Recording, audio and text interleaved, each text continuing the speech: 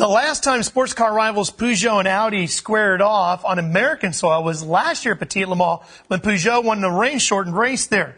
Fast forward to this year's event where Audi aimed to get back to the top step of the podium, and Peugeot looked to get a little vindication for that loss at Le Mans. They certainly did, no doubt. That was the biggest headline of the weekend's Petit Le Mans, but it also doubled as the championship decider in all 4 American Le Mans Series categories. Let's go to the highlights. Start of the race, the Peugeots were 1-2, but Alan McNish in the Audi was on the move. McNish gets around the 08 of Montenay for second, but later on the first lap, Montenay takes the position right back. Hard break early for Team Saito Sport, only 16 points behind Highcroft for the prototype championship. An engine misfire that started in warm-up plagued their day. 7 cylinders, not enough. Tony Villander, the villain in the Ferrari, punts David Murray off the track, and he's penalised for it.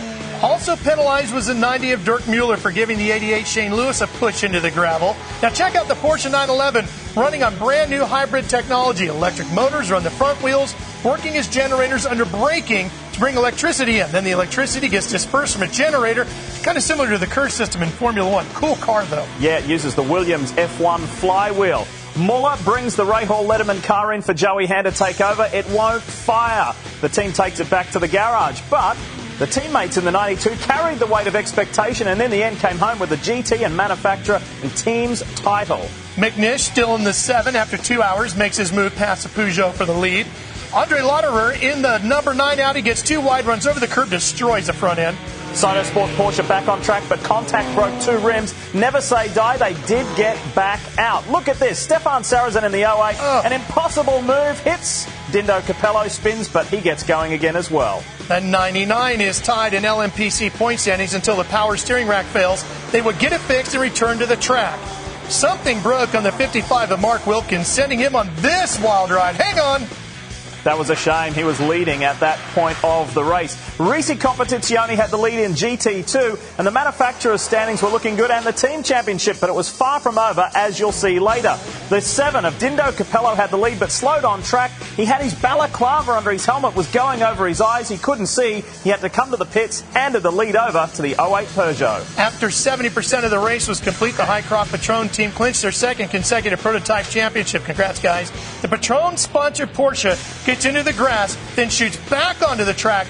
Fortunately, no one hits him in a scary moment. In the darkness, Stefan Sarrazin takes the checkered flag. A 1-2 finish for the Peugeots, but drama on the final lap. The 62 Ferrari runs out of gas while leading, and the Corvette of Ollie Gavin flies right by, giving Corvette its first win of 2010. A very, very dramatic end. The sports car superpowers were 1-1 after Sebring and Le Mans, but Peugeot finished the regular season with the upper hand on Audi with a fine 1-2. The lead Audi was 3rd, while the best of the P2s was the Highcroft HPD, 4th overall, ahead of the best privateer team, which was Intersport with an encouraging 5th. Peugeot today proved that they have what it takes to win the endurance races. And Stefan Sarrazin, you were the driver behind the wheel. What does this one mean to the French mark? Yeah, well, just very happy. Peugeot Sport did a very good job, all the team.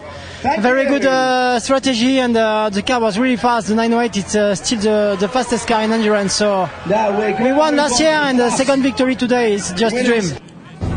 So at the end of the 9-round ALMS season, David Brabham and new teammate Simon Pagenaud clinched the prototype title. Pat Long wins his 3rd GT2 crown, while co-driver Jorg Bergmeister becomes only the 2nd 5-time ALMS class champion. Scott Tucker wins the inaugural LMPC championship, and Tim Pappas wraps up the GTC category.